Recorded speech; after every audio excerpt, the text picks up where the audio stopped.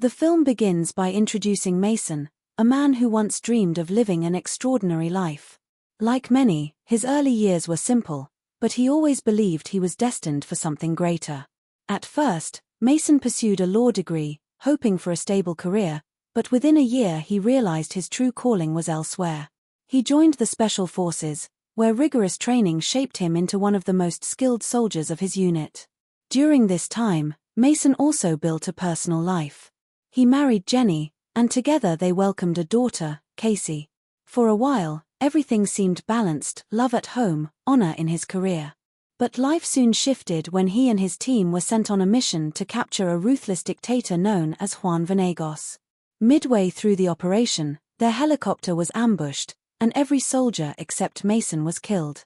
Traumatized and carrying the weight of survivors' guilt, Mason left the Special Forces and tried to return to a quieter existence as a small-time lawyer, using only the limited legal training he once had.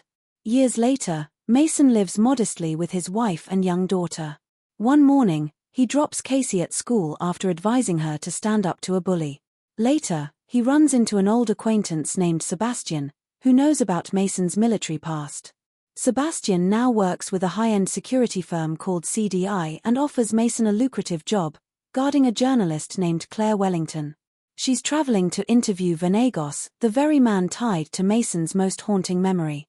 Mason initially refuses, blaming Venegas for his comrades' deaths, but after Sebastian's persuasion and the promise of good pay, he reluctantly agrees.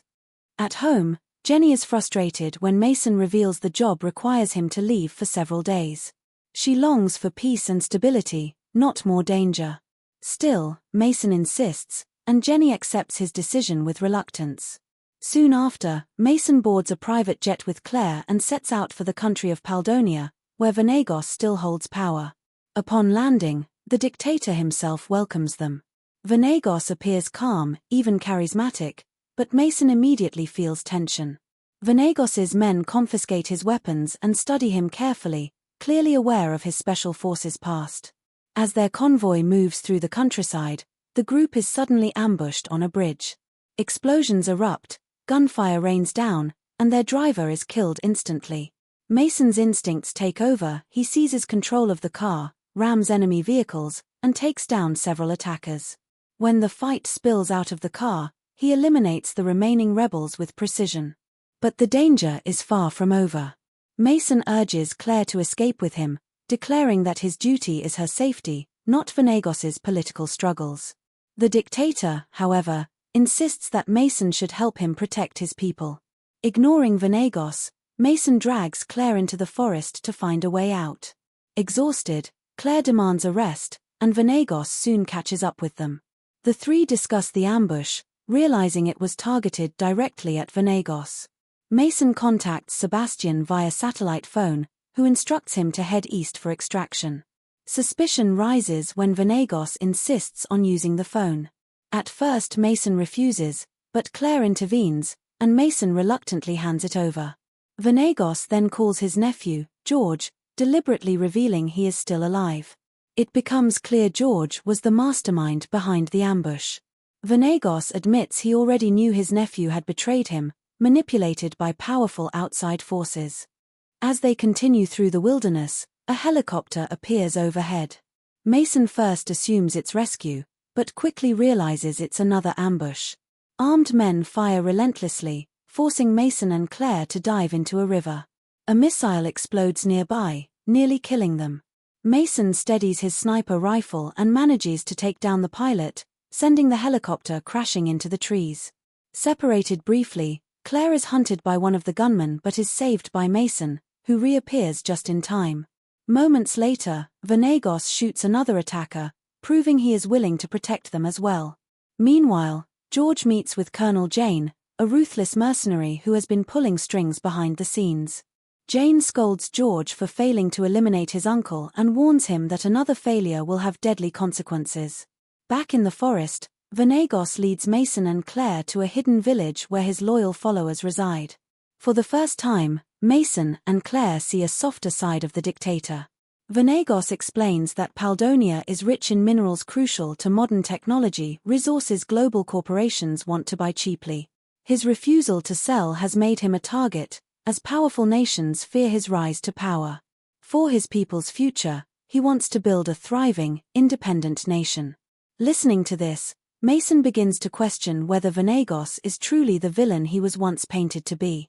The villagers welcome them warmly and throw a celebration that night. Claire uses the opportunity to interview Venegos on camera, capturing his vision for his country. Later, she attempts to seduce Mason, but he resists, reminding her that his only mission is her safety. The following day, Mason becomes suspicious after Venegos questions CDI's true intentions. When Mason confronts Sebastian, the truth finally comes out. Mason wasn't sent solely to protect Claire. CDI had contracts with multiple countries to assassinate Venegos, and Mason was chosen because of his history with him. Torn between duty and morality, Mason nearly carries out the execution but cannot bring himself to pull the trigger.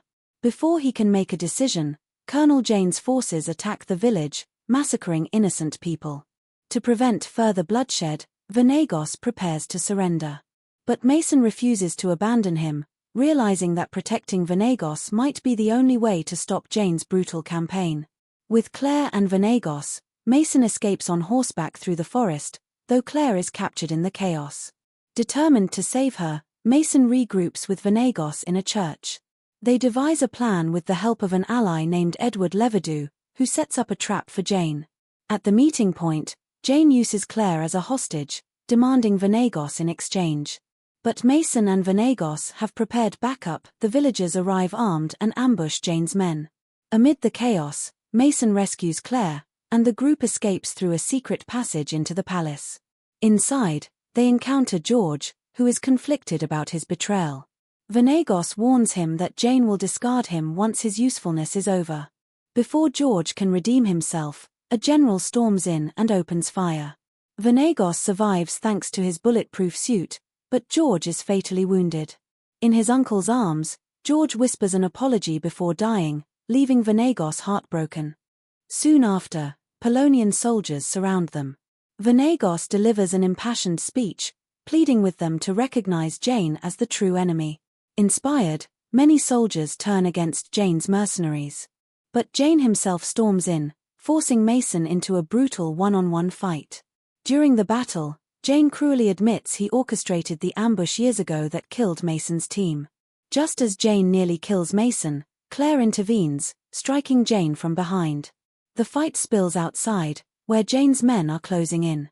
Mason engages in relentless gunfire, covering Claire and Venegos while she records everything on her camera. Just when all hope seems lost, Sebastian and reinforcements from CDI arrive, crushing Jane's forces.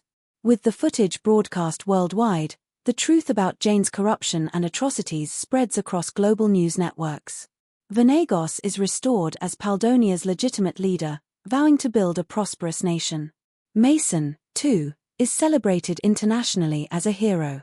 Back home, Jenny watches the news and feels proud of her husband. In the final scenes, Mason returns home, reuniting joyfully with his wife and daughter. For the first time in years, he feels truly fulfilled. A few days later, he receives a message from Venegos, a deposit of $5 million as gratitude for his bravery. Overwhelmed, Mason turns to his family and declares that nothing matters more than being with them. They embrace, ending Mason's journey on a hopeful note.